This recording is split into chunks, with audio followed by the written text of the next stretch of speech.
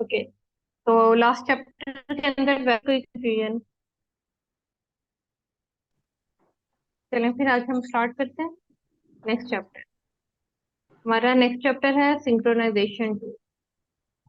अगर आपको याद हो ये टॉपिक, ये समझें एक जैसे पूरा चैप्टर, वो जो हमने एक कंडीशन पढ़ी थी चैप्टर नंबर 3 में, इंटरप्रोसेस कम्युनिकेशन जब हम कर रहे थे, उसमें हमने पढ़ी थी कि हमारे पास एक कंडीशन आ जाती है जब हमारे पास प्रोड्यूसर कंज्यूमर प्रॉब्लम की हम बात कर रहे थे। उसमें हमने पढ़ा था कि जब हमारे पास एक कंडीशन आ जाती है, जब आपका दो जो प्रोसेसेस हैं उनके जो कॉमन वेरिएबल जो आपस में शेयर कर रहे हैं, जो कॉमन रिसोर्स आपस में वो शेयर कर रहे हैं, वो अपडेट नहीं होता, तो उस वक्त हमारे पास एक कंडीशन आ जाती है जिसको हम रेस कंडीशन कहते हैं। ठीक है। वो रेस कंडीशन क्यों आती थी हमने बात की, क्योंकि सिंक्रोनाइजेशन की वजह से आती थी। अब हम इधर पढ़ेंगे इस चैप्टर के अंदर सिर्फ यही चीज कि वो रेस कंडीशन को हमने जो सा है ना वो कैसे रिड्यूस करना है, और सिंक्रोनाइजेशन हमने इंटरप्रोसेस कम्युनिकेशन के अंदर कैसे इफेक्टिव बनानी है। ठीक है। इसके लिए हमारे पास different technique, hardware software supports वगैरह होंगी, डिफरेंट टूल्स होंगे, जिसकी वजह से आपके पास आपके जो चैप्टर है उसका नाम भी सिंक्रोनाइजेशन टूल है। ठीक है। अब हम सबसे पहले हम देखेंगे हमारा जो रेस कंडीशन है वो होती क्या है। अगर आपको याद होगा, बैकग्राउंड थोड़ा सा देख लें तो वो यही है कि हमारे पास कुछ प्रोसेसेस होते हैं जो कंकरेंटली रन हो रहे होते हैं, और उनको आप टाइम टू टाइम इंटरप्ट भी करते हैं। जैसे हमारे पास प्रियम्पशन में होता है, क्या इंटरप्शन होती है ना उसमें, आपका टाइम कंप्लीट हो गया तो आपने प्रोसेस को इंटरप्ट कर दिया, कोई इंटरप्ट जनरेट हो गया तो आपने प्रोसेस को इंटरप्ट कर दिया, जिसमें क्या होता है कि आपके प्रोसेस जो से है ना वो आपकी एग्जीक्यूशन को कंप्लीट नहीं करते। क्या स्विचिंग हो जाती है। Concurrent access to share data में रिजल्ट इन डेटा इनकंसिस्टेंसी, इसी इसकी वजह से अगर आपका एक प्रोसेस है वो अभी काम कर रहा है लेकिन प्रियम्पशन हो गई है और वो सिस्टम से बाहर चला गया है, अभी उसने अपना कोई काम करना था, कोई वैल्यूज को अपडेट करना था, उसने अभी नहीं किया, और उसकी जो अपडेटेड वैल्यूज होनी थी वो जो स्केड्यूल्ड अगला प्रोसेस है उसने यूज करनी थी, तो इसमें क्या इशू होगा, अगर अभी उसने वैल्यूज को अपडेट की ही नहीं तो नेक्स्ट जो प्रोसेस आ रहा है जिसने वो वैल्यूज को यूज करना था वो भी रॉन्ग वैल्यूज को जो है ना वो यूज करके प्रोसेसिंग करेगा। इसकी अगर एक मैं आपको एग्जांपल दूं, आप लोगों ने आई थिंक सभी नेटवर्क सिक्योरिटी नहीं पढ़ा। नेटवर्क सिक्योरिटी में एक हमारा समझ लें एक इंक्रिप्शन हमारी होती थी, उसको हम कहते थे डेस ना, डेस उसका नाम था। उसके अंदर क्या होता था, आपके पास 64 बिट कोड होता था और आपने 32 टाइम्स जो है ना उसको बिट को चेंज करना होता था, और अगर आपके किसी एक बिट में भी कोई मसला आ जाता है तो आपका सारा वो जो इंक्रिप्शन होती है डेटा की वो खराब हो जाती थी। तो वो हमें सर ने हमारी क्लास पे दो बैच बनाए, बॉयज को एक साइड पे किया, गर्ल्स को एक साइड पे किया। उसमें ये करना था, हमने ऐसे अपने काम को डिवाइड किया कि वो 32 जो आइटरीज थी हमारे पास, जो 32 हमने रोटेशन करनी थी उसकी, वो हमने डिवाइड कर ली क्लास ने, कि पहले बच्चे एक दो रोटेशन करेगा बिट्स की, फिर अगला अगली रोटेशन करेगा, अगला अगली रोटेशन करेगा। लेकिन उसमें होता क्या था कि अगर किसी फर्स्ट या सेकंड लोकेशन रोटेशन के बाद जो सा है वो कोई एक बिट में भी गलती आ जाती थी तो नेक्स्ट जो हमारी जितनी भी बिट्स थी वो सारी गलत आती थी। इसकी वजह से एट द एंड जब हमारा आंसर आता था वो मैच नहीं था करता ओरिजिनल आंसर के साथ। ठीक है। इसी तरह अभी जो मैंने एग्जांपल लेने का मकसद यही है कि अगर एक प्रोसेस जो है वो दूसरे प्रोसेस के ऊपर डिपेंडेंट है, तो उससे क्या होता है कि आपका जो प्रोसेस है, अगर वो पहले वाले प्रोसेस की वैल्यू सही तरह से अपडेट नहीं है तो नेक्स्ट वाला जो प्रोसेस है उसके अंदर भी वो वैल्यूज होती हैं वो सही तरह से अपडेट नहीं होंगी। स्लाइड्स मैंने सीआर को सेंड कर दी है box पे, ठीक है? इस वजह से आपकी डेटा इनकंसिस्टेंसी हो जाती है।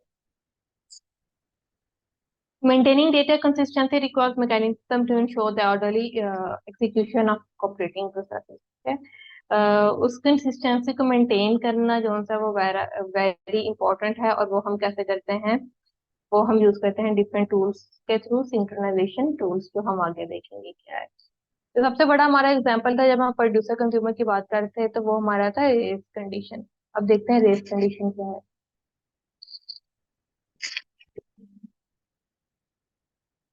सपोज करें हमारे पास दो प्रोसेसेस थे, एक प्रोड्यूसर था एक कंज्यूमर था। प्रोड्यूसर ने प्रोड्यूस करके अपना जो सा है काउंटर के अंदर वैल्यू को, ये ये अभी तक हमने जितना पीछे पढ़ा है डिपेंडिंग को प्रोसेसेस के बारे में, हमने पढ़ा है पिछले दो चैप्टर एक तरह से कर ले। जो हमने पढ़ा है चैप्टर नंबर 5 के अंदर, I think so CPU scheduling हमने पढ़ी है। और उससे पिछले चैप्टर में हमने इंटर प्रोसेस कम्युनिकेशन पढ़ी। उनका एक तरह से बैकग्राउंड उन्होंने बताया कि ऑपरेटिंग प्रोसेसेस में हमारे पास क्या इशू आता है। ज्यादातर इसमें जो आपको बातें हैं वो आपको चैप्टर नंबर 3 जो हमने इंटर प्रोसेस कम्युनिकेशन मिड से पहले पढ़ा था उससे रिलेटेड आपको नजर आएंगी। जैसे ये पहला स्लाइड हमारी मेन, जिसको हम कहते हैं रेस कंडीशन। रेस कंडीशन में हमने पढ़ा था कि हमारे पास दो प्रोसेसेस थे, एक प्रोड्यूसर प्रोसेस था एक कंज्यूमर था। प्रोड्यूसर कुछ प्रोड्यूस करता है और अपने काउंटर को अपडेट कर देता है, ठीक है। कंज्यूमर के पास काउंटर है, कंज्यूमर जो है वो कुछ कंज्यूम करता है और अपने काउंटर को अपडेट कर देता है। लेकिन उसमें जब रेस कंडीशन आती थी वो ये होता था कि प्रोड्यूसर का भी काउंटर अपडेट हुआ ही नहीं, तो कंज्यूमर ने जो है ना अपनी कंजम्पशन स्टार्ट कर दी, जिसकी वजह से जो कंज्यूमर था उसके पास पुराना काउंटर था और जो प्रोड्यूसर था उसके पास दूसरा काउंटर था, जिसकी वजह से एट द एंड जो हमारे पास काउंटर की वैल्यू थी वो इनकंसिस्टेंट हो रही थी, राइट। अब इधर इन्होंने क्या लिखा हुआ है कि सपोज करें आपके पास दो प्रोसेसेस हैं और वो at a time concurrently for example run कर रहे हैं, ठीक है। अब वो कहते हैं कि हमारे पास ये जो दो प्रोसेसेस हैं ये अपने कुछ चाइल्ड प्रोसेसेस बना रहे हैं। चाइल्ड प्रोसेसेस जो हैं वो बन रहे हैं। हमारे पास कोई ऐसा टूल, कोई हमारे पास ऐसा जो है ना वो मैयर होना चाहिए जिससे हम ये चीज देख सकें कि जो प्रोसेस आईडी हम लोग नॉर्मली डायनामिकली देते हैं अपने प्रोसेसेस को, जो नया प्रोसेस बनता है वो ऐसे ना हो कि वो अपडेट हो जाए। इमेजिन करें कि आपके पास एक रजिस्ट्री है या एक जो सा आपके पास मेमोरी है जहाँ पे सारे अवेलेबल प्रोसेस आईडीज जो हैं वो पड़े हुए हैं, ठीक है। और जैसे ही कोई नया प्रोसेस आता है आप उसको एक प्रोसेस आईडी दे देते हैं। लेकिन अगर अभी आपने अपनी प्रोसेस आईडी एक प्रोसेस को दी और उसको अपडेट ही नहीं किया, ठीक है, कि अब ये प्रोसेस आईडी अवेलेबल नहीं है, एक और प्रोसेस आया और उसने भी प्रोसेस आईडी की रिक्वेस्ट की और उसको भी सेम दे दी, तो क्या इशू होगा। एक ही प्रोसेस आईडी के ऊपर दो प्रोसेसेस नहीं बन सकते। अगर बनेंगे तो आपको बाद में कंप्यूटर जो है वो कंफ्यूज हो जाएगा कि किस प्रोसेस को हमने कौन सी आईडी देनी है। सेम गोज फॉर एक ही तरह के दो रोल नंबर नहीं हो सकते क्लास में। इवन अक्सर ऐसे होता है, आप इतना देख लें कि आपका जो स्टार्टिंग वाला बैच थोड़ा सा डिफरेंट होता है, कुछ वो री एडमिशन वाले बच्चे होते हैं, लास्ट वाले दो डिजिट सेम हो जाते हैं, तो कितनी कंफ्यूजन होती है। इसी तरह कंप्यूटर में भी कंफ्यूजन से बचने के लिए ऐसा होता है कि प्रोसेस आईडीज होती हैं वो यूनिक होती हैं, वो किसी के साथ शेयर नहीं होती। तो ये भी हमारी रेस कंडीशन होती है। अब हम देखते हैं क्रिटिकल सेक्शन क्या है। क्रिटिकल सेक्शन हमारे पास हमारा जो प्रोग्राम है वो एक पीस ऑफ कोड है, उसके अंदर जो हमारी मेन जिसको हम कह लें कि पार्ट है जिसके अंदर आप काम करते हैं वो हमारा क्रिटिकल सेक्शन कहलाता है। ओके, क्रिटिकल सेक्शन की कॉपी पेंसिल है पास, डेफिनेशन लिखवाऊं। यस मैम, यस लिखो। मैम। जी मैम आप। लिखिए। A critical section in which a critical section is one in which the process may be accessing. Ma'am repeat कर दें। The critical section is one in which the process may be accessing, ma'am the process में भी seeing and updating data that is shared with at least one other process. Critical section क्या है जी, हमारे पास critical section is one वो हमारे पास programme का या जो कोड है उसका वो पार्ट जहाँ पे क्या होता है, जिसको आप एक्सेस करते हैं और उसमें कुछ चेंजिंग करते हैं, और वो एरिया आपका कोऑपरेटिंग प्रोसेस में यूज हो रहा है, किसी और प्रोसेस के साथ आपने उस एरिया को शेयर किया हुआ है। ठीक है, समझ आई क्रिटिकल सेक्शन क्या है? जैसे प्रोड्यूसर कंज्यूमर प्रॉब्लम की हम बात करें तो जो उसमें काउंटर था जिसको आप एक्सेस कर रहे थे और उसको अपडेट कर रहे थे, ठीक है, इंक्रीमेंट कर रहे थे, डिक्रीमेंट करते, वो आपका उस प्रोड्यूसर कंज्यूमर प्रॉब्लम एग्जांपल का क्रिटिकल सेक्शन था। ओके, critical section क्या हुआ? Critical section is one in which the process may be accessing and updating data that is shared with at least one other process. अब हम critical section को पढ़ क्यों रहे हैं? क्रिटिकल सेक्शन को पढ़ने का मकसद यही था कि क्रिटिकल सेक्शन का एक्सेस जो होती है उधर से हमारी रेस कंडीशन जनरेट होती है। रेस कंडीशन जनरेट होने का मकसद यही है कि आपका जो प्रोसेस है, जो प्रोसेस ए ने उसके अंदर कोई जोन सा है वो एडिटिंग करनी थी, अपडेटिंग करनी थी, अभी वो जोन सा वो कंप्लीट नहीं हुई, प्रोसेस ए सीपीयू से निकल गया, प्रोसेस बी सीपीयू में आया, उसने आके देखा कि पहले उधर लेट सपोज के इनिशियली 3 वैल्यू थी, और आपने फिर उस 3 वैल्यू से, जैसे आप मैथ में कैलकुलेशन नहीं करते, एक्स और वाई की वैल्यू फाइंड करनी होती है, पहले आप एक्स की वैल्यू जनरली फाइंड करते हैं और फिर आप y की वैल्यू फाइंड करते हैं, ठीक है। तो इनिशियली आपने सपोज किया होता है कि लेट सपोज हमारी x की वैल्यू 1 है या 2 है, ठीक है। तो अगर आपने अभी क्वेश्चन कंप्लीट नहीं किया और आप y की वैल्यू फाइंड करना शुरू कर दें और आपको अभी x की जो न्यू अपडेटेड वैल्यू है उसका नहीं पता, तो क्या होगा कि जो y है वो पुरानी जो इनिशियल वैल्यू है उसको ही यूज करेगा, जिसकी वजह से क्या हो जाएगा, आपका आंसर रॉन्ग आएगा। क्रिटिकल सेक्शन में भी यही है, और ये जो आंसर रॉन्ग आता है इसी को हम रेस कंडीशन कहते हैं, क्योंकि डेटा इनकंसिस्टेंट हो गया। ये आपका कहाँ पे इशू आता है? रेस कंडीशन आपकी कहाँ पे आती है? आपके क्रिटिकल सेक्शन में आती है, ठीक है। अब जो हमारा क्रिटिकल सेक्शन है वो हमारे डिफरेंट पार्ट्स के ऊपर डिपेंड करता है। एक हमारा कोड, एक आप एग्जांपल ले लें, किसी एक लूप की एग्जांपल ले लें, किसी एक फंक्शन की एग्जांपल ले लें जिसमें काम हो रहा है। अब जब हम उस फंक्शन को एंटर करते हैं, हमारे एक एंट्री सेक्शन होता है जहाँ पे आप परमिशन लेते हो उस क्रिटिकल सेक्शन में एंटर होने। तो आपका जब वो स्टेटमेंट आपकी ट्रू हो जाएगी, आपको परमिशन सिस्टम ग्रांट कर देगा, उसके बाद कहता है आप क्रिटिकल सेक्शन में एंटर होते हो, उसमें जो भी अपडेट करना है, इंक्रीमेंट एक सिंपल करना है, आप वो करोगे। आप फिर एग्जिट सेक्शन की तरफ जाते हैं और उसके बाद आपका उस प्रोग्राम का नॉर्मली जो रिमाइंडर सेक्शन होता है वो आता है। ये अगर हम देख लें, ये देखिए, एक जनरल स्ट्रक्चर है किसी एक प्रोसेस का जहाँ पे एक वाइल लूप लगी हुई है कि जब तक वाइल हमारी ट्रू रहेगी आपने सेक्शन के अंदर एंटर होना है। एंटर सेक्शन में आपने रिक्वेस्ट करनी है क्रिटिकल सेक्शन को एक्सेस करने की, क्रिटिकल सेक्शन आपने यूज किया, क्रिटिकल सेक्शन में जो भी अपडेशन की थी आपने करनी थी आपने कर ली, एग्जिट किया, और उसके बाद जो आपका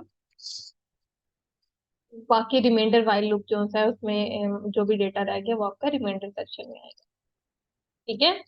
अब क्रिटिकल सेक्शन प्रॉब्लम को जो सॉल्व करने के जो हमारे पास रिक्वायरमेंट्स हैं वो तीन, ये तीन रिक्वायरमेंट्स आप आगे बहुत ज्यादा यूज करेंगे, स्पेशली जो म्यूचुअल एक्सक्लूजन है, ठीक है। अब म्यूचुअल एक्सक्लूजन में हमारे पास क्या होता है?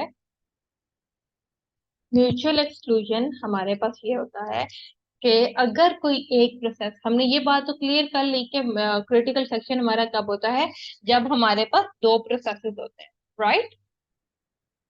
तो प्रोसेसेस में जब कोई हमारा कोई डेटा जो है वो शेयर करना हो तो फिर हम क्या करते हैं, क्रिटिकल सेक्शन जो है हमारा क्रिएट होता है। अब म्यूचुअल एक्सक्लूजन इसमें क्या कहता है? म्यूचुअल एक्सक्लूजन हमें ये कहता है कि जब हमारे पास एक प्रोसेस हमारा क्रिटिकल सेक्शन में है तो दूसरा प्रोसेस क्रिटिकल सेक्शन को एक्सेस ना करे, ठीक है। जब तक एक प्रोसेस हमारा क्रिटिकल सेक्शन में है तो जो दूसरे हैं वो उनके क्रिटिकल सेक्शन को एक्सेस ना कर दे, ठीक है, एग्जीक्यूशन जो सी है वो उनकी ना हो। दूसरा हमारे पास जो पॉइंट है, रिक्वायरमेंट है, वो है प्रोग्रेस। प्रोग्रेस में हमारे पास क्या है जी? प्रोग्रेस है if no process is executing in its critical section and there exists some processes that wish to enter critical section, then the selection of the processes that will enter the critical section next cannot be postponed indefinitely. अब इसमें क्या होता है कि जब हमारे पास एक process है, वो क्रिटिकल सेक्शन में गया, उसने अपनी प्रोसेसिंग कंप्लीट की और बाहर आ गया। अब हमारे पास कोई ऐसा प्रोसेस नहीं है जो अपने क्रिटिकल सेक्शन में है, लेकिन हमारे पास एक लाइन है जिसके अंदर कुछ प्रोसेसेस हैं जो कह रहे हैं yes we need to access the critical section. तो क्या होगा, उन क्रिटिकल सेक्शन की सिलेक्शन होगी, या स्केजुलिंग के थ्रू आप सिलेक्ट करोगे कि कौन सा अगला सेक्शन जो होता है वो क्रिटिकल सेक्शन को एक्सेस कर सकता है। तो वो आपने क्रिटिकल सेक्शन को एक्सेस करने की जो है रिक्वेस्ट ग्रांट करनी है, और वो रिक्वेस्ट ग्रांट करने का जो टाइम ड्यूरेशन है वो डिले नहीं होना चाहिए। ठीक है, जितनी जल्दी हमारे पास क्रिटिकल सेक्शन जो हैं वो यूटिलाइज करेंगे, उतनी जल्दी अगला प्रोसेस आएगा, वो अपने क्रिटिकल सेक्शन को, या फिर अगर उसका कोई ऑपरेटिंग प्रोसेस है उसके क्रिटिकल सेक्शन को एक्सेस वो कर सकता है। ठीक है, तीसरा है हमारे पास बाउंडेड वेटिंग। बाउंडेड वेटिंग में क्या होता मैम है? मैम ये प्रोग्रेस को एक दफा रिपीट कर दें लास्ट से। प्रोग्रेस के आप जो है वो कितने लंबे सेंटेंस स्ट्रक्चर पे ना जाएं, बस आप प्रोग्रेस में ये देखें। म्यूचुअल में हमारे पास ये था कि अगर एक प्रोसेस आपका क्रिटिकल सेक्शन को यूज कर रहा है तो कोई और प्रोसेस ना यूज कर सके। क्लियर? Yes ma'am. प्रेस में हमारे पास क्या है, अगर कोई प्रोसेस भी हमारा क्रिटिकल सेक्शन को यूज नहीं कर रहा, तो फिर क्या हो कि और कुछ प्रोसेसेस हमारे पास हैं जो वेट कर रहे हैं क्रिटिकल सेक्शन में जाने के लिए, तो उन प्रोसेसेस में जो भी आपने सिलेक्ट करना है कि नेक्स्ट ये वाला प्रोसेस क्रिटिकल सेक्शन को एक्सेस करे, वो आप जल्दी से जल्दी करें, उनको आपने पोस्टपोन नहीं करना, क्योंकि क्रिटिकल सेक्शन का जो वेट में भी लाइन में लगे हुए हैं वो स्टार्वेशन का शिकार हो जाएंगे, क्योंकि क्रिटिकल सेक्शन में कोई इंफॉर्मेशन है जो उनको चाहिए, उन्होंने यूज करनी है। समझ आई प्रोग्रेस में क्या होता है? क्या यस मैम। बाद ये आप प्रोग्रेस कर लेते हो। ठीक है, एक प्रोसेस ने अपनी प्रोसेसिंग कंप्लीट की, अब आपने प्रोग्रेस करना है अगले प्रोसेस की तरफ, और जितनी जल्दी आप प्रोग्रेस करोगे वो उतना बेटर हो। बाउंडेड वेटिंग में हमारे पास क्या होता है, हमारे पास अब आपके पास एक पूरा स्ट्रक्चर है जिसमें क्या हो रहा है कि एक प्रोसेस कौन सा है वो आपका रिक्वेस्ट कर रहा है, और फिर कौन सा है वो आपका जा रहा है क्रिटिकल सेक्शन में। ऐसा ही है ना, एंटी सेक्शन में आप रिक्वेस्ट करते हो फिर आप क्रिटिकल सेक्शन में एंटर होते हो। अब बाउंडेड वेटिंग क्या करती है कि जो हमारा टाइम ये वाला होता है जब एक प्रोसेस ने रिक्वेस्ट की होती है और अभी उसकी रिक्वेस्ट ग्रांट नहीं हुई होती, उतनी देर में भी अगर कोई और प्रोसेस क्रिटिकल सेक्शन को एंटर करके रिलीव कर सकता है, तो उसको ये परमिशन ग्रांट कर दी जाए कि वो क्रिटिकल सेक्शन को यूज कर ले। ठीक है, अगर मैं इधर से ये पूरा सेंटेंस बोलूंगी तो वो आपको शायद डिफिकल्ट लगे, लेकिन इसका जो सेंस है वो यही है कि अगर कोई बॉन्डिंग प्रोसेस कौन सा है वो, सॉरी, आपका अगर कोई प्रोसेस है वो क्रिटिकल सेक्शन में जाना चाह रहा है और किसी और प्रोसेस ने रिक्वेस्ट जो है वो की हुई है, लेकिन अभी उसकी रिक्वेस्ट ग्रांट नहीं हुई, तो कोई और जो है प्रोसेस, जब तक कोई और प्रोसेस क्रिटिकल सेक्शन में नहीं जाता, क्योंकि अगर कोई प्रोसेस ऑलरेडी क्रिटिकल सेक्शन में है तो फिर आपके ऊपर म्यूचुअल एक्सक्लूजन लग जाती है। दैट मीन्स कि आप कोई और प्रोसेस को क्रिटिकल सेक्शन जो है वो एक्सेस करने नहीं दे सकते। बाउंडेड वेटिंग में क्या होता है, अभी आपने रिक्वेस्ट की है लेकिन आपकी रिक्वेस्ट एक्सेप्ट नहीं हुई, तो आप क्या करते हो, आप उतनी देर तक जो है कोई और प्रोसेस जो है ना वो क्रिटिकल सेक्शंस को एक्सेस कर सकते हैं। ठीक है, अब इसमें हम वही बात है, इधर आगे उन्होंने दो लाइंस जो लिखी हैं उनमें ये लिखा है कि assume that each process executes at a non zero speed, कि हर प्रोसेस जो है एक नॉन जीरो, कोई ना कोई जो है वो प्रोसेस को एक्सेस करने की जो है वो थोड़ी सी बेशक स्पीड है, लेकिन टाइम वो थोड़ा सा ले रहा है। ठीक है, अब वो स्पीड कितनी है वो जो सा है ना, वो अभी कोई assumptions क्रिएट उन्होंने बस बताया कि नहीं। सिंपल जो बात है वो यही है कि एक प्रोसेस की रिक्वेस्ट करने से लेकर रिक्वेस्ट ग्रांट करने तक दरम्यान में जो टाइम है, अगर उसमें हमारे पास जो है फिर number of processes critical section को एक्सेस कर सकते हैं, तो वो परमिशन उनको ग्रांट की जाए। ठीक है, तीन रिक्वायरमेंट्स है हमारे पास। पहली रिक्वायरमेंट है कि जब हमारे पास कोई क्रिटिकल सेक्शन में प्रोसेस है तो कोई और प्रोसेस क्रिटिकल सेक्शन को एक्सेस ना कर सके या क्रिटिकल सेक्शन में ना आ सके। दूसरा ये है कि अगर कोई प्रोसेस क्रिटिकल सेक्शन को एक्सेस नहीं कर रहा और हमारे पास लाइन है जिसमें क्रिटिकल सेक्शन के प्रोसेस पड़े हुए हैं, ऐसे प्रोसेस जो क्रिटिकल सेक्शन को एक्सेस करना चाह रहे हैं, तो वो आके जो है क्रिटिकल सेक्शन को एक्सेस कर लें, और उसका जो डिले है वो इंडेफिनिट नहीं होना चाहिए। तीसरा है बाउंडेड वेटिंग, जिसमें ये होता है कि अगर एक प्रोसेस ने क्रिटिकल सेक्शन को एक्सेस करने के लिए जो है ना वो अप्लाई किया हुआ है, लेकिन अभी उसकी रिक्वेस्ट को ग्रांट नहीं हुआ, तब तक जो है ना क्या करें, अब bound must exist on the number of times the other processes are allowed to enter the critical section after a process has made a request to enter its critical section and before that request। ठीक है, किसी process ने उसको request को जो है ना वो की हुई है और अभी तक उसकी ग्रांट नहीं है, उसके दरम्यान में कुछ नंबर ऑफ प्रोसेसेस को जो है ना एक लिमिट जो है एग्जिस्ट होनी चाहिए कि वो उनको एक्सेस कर सके। एक सोल्यूशन हमारे पास यही है इंटरप्ट बेस्ड, उसका सोल्यूशन है जिसको हम नॉन प्रियम्पशन भी कहते हैं। इसमें हमारे पास क्या होता था, जैसे ही आप अपने एंट्री सेक्शन में एंटर हो जाओ उसके बाद कोई इंटरप्ट ना आना शुरू हो जाए। आपको मैंने बताया था कि इंटरप्ट बेस्ड जो है ना, इंटरप्ट के ऊपर क्या होता है कि आपकी स्टेट चेंज होती है, आप रनिंग से राइटिंग में जाते हैं, राइट। मैम इसके समय ये इंटरप्ट बेस्ड की मैम इसमें यही है बच्चे के देखें, इंटरप्ट बेस्ड ये है सिस्टम के, जब आपको पता है आपका ऑपरेटिंग सिस्टम सारे इंटरप्ट बेस्ड है। एक कोई प्रोसेस आया है, वो प्रोसेसिंग कर रहा है, लेकिन कोई इंटरप्ट आया तो क्या करेगा, उस प्रोसेस को उधर ही रोक देगा। क्रिटिकल सेक्शन के अंदर हमने ऐसा नहीं करना। क्रिटिकल सेक्शन में क्या होगा, क्रिटिकल सेक्शन के अंदर जो कोई प्रोसेस चला जाता है कोई इंटरप्ट ना आए और ना ही हमारा प्रोसेस क्रिटिकल सेक्शन से निकले, म्यूटेक्स हमें ये कहता है। अब उसमें अब उसमें यही है कि जैसे ही आपका प्रोसेस जो होता है वो एंट्री सेक्शन के अंदर एंटर होता है, सारे इंटरप्ट को डिसेबल कर दे।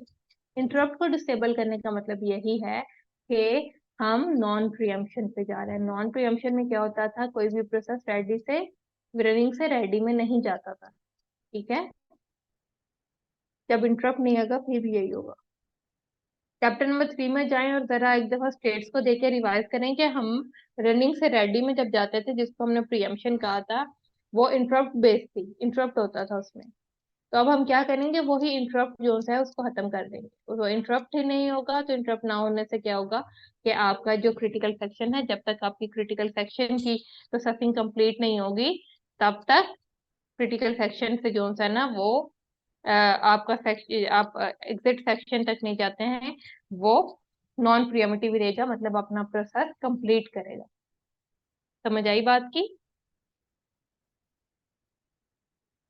इस बात की समझ आई है। इंटरप्ट सॉल्यूशन क्या है हमारे पास, कि मैम अब जैसे ही यही है कि जब क्रिटिकल हम्म कंडीशन में प्रोसेस जाएगा तो कोई भी इंटरप्ट अक्कर ना करे।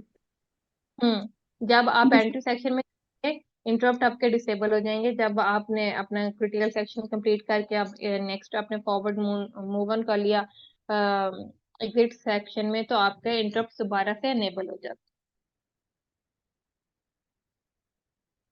ठीक है। फॉर एग्जाम्पल एक छोटी सी एग्जाम्पल इसकी हम ले लेते हैं, एयरप्लेन मोड की।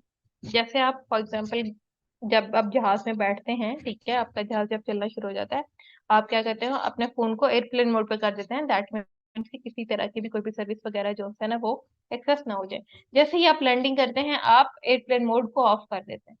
ये एग्जाम्पल है, कोई इंटरप्ट जो आप कोई वजह जो आप क्यों हम अपने मोबाइल को एयरप्लेन मोड पे करते हैं, क्योंकि जो इलेक्ट्रोमैग्नेटिक वेव्स और जो रेडियो वेव्स जो होती हैं एटमॉस्फेयर में होती हैं, एयरप्लेन ने भी उसी जो है ना वेव्स को यूज करते हुए जो है ट्रांसमीटर्स के साथ जो है कम्युनिकेशन करनी होती है, जब वो डिफरेंट लोकेशन से गुजर होता है। और हो सकता है कि जो आपकी ने मोबाइल जो है वो ऑन किया होता है, और बेशक उसमें आप सिम पे बात कर रहे हैं या वाईफाई पे कर रहे हैं, तो कुछ इंटरप्ट आ जाए जिसकी वजह से उनकी कम्युनिकेशन जो है ना वो फ्लक्चुएट कर जाए, यहाँ पे जो उनकी कम्युनिकेशन है वो सही तरह से ना हो सके। इसी तरह अभी क्रिटिकल सेक्शन में भी यही है कि हमने क्या किया, सारे इंटरप्शंस को बंद कर दिया है, ताकि जो क्रिटिकल सेक्शन है वो किसी भी तरह की वेव्स या किसी भी तरह के जो है ना एक्सटर्नल एक्सपोजर से दूर रह के अपना प्रोसेस कंप्लीट करें। समझ आइए।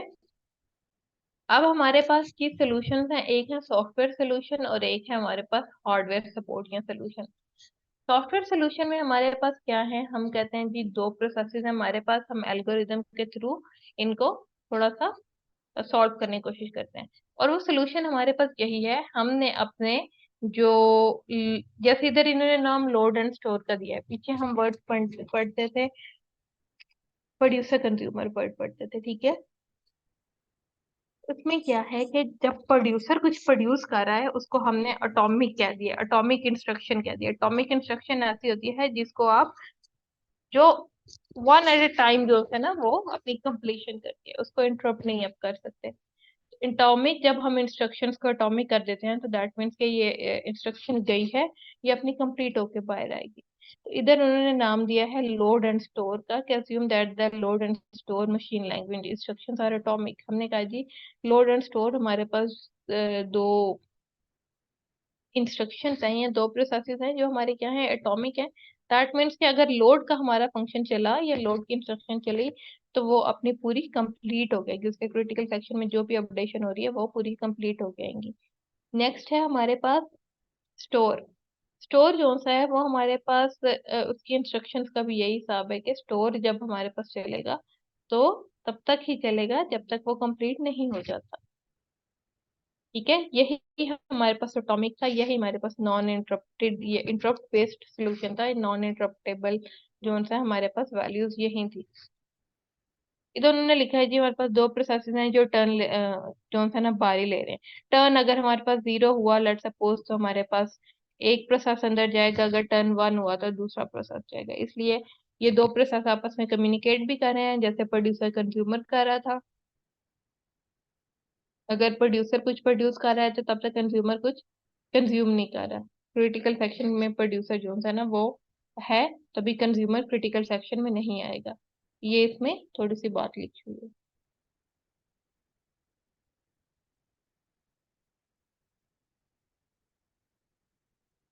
आगे हमारे पास क्या है,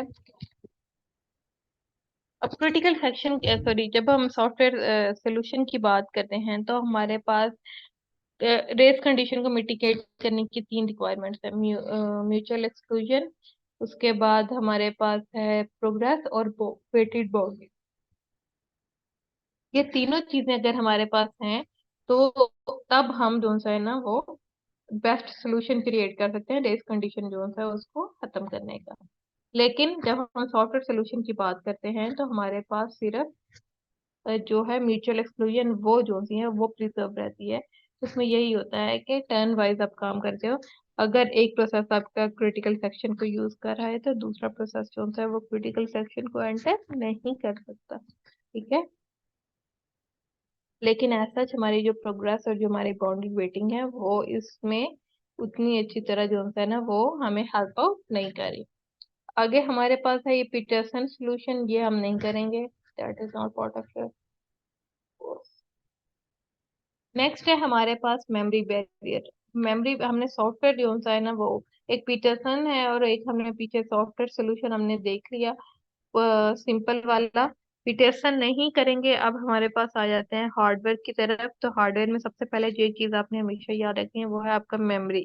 मेमोरी के अंदर जब हमारी कोई चेंजिंग आती है, आपको पता है ना जब आप अपनी कोडिंग की बात करते हैं, बल्कि बल्कि क्लास में ये सेक्शन खत्म करती हूँ, 2 मिनट का रह गया है पर मैं अभी खत्म कर देती हूँ।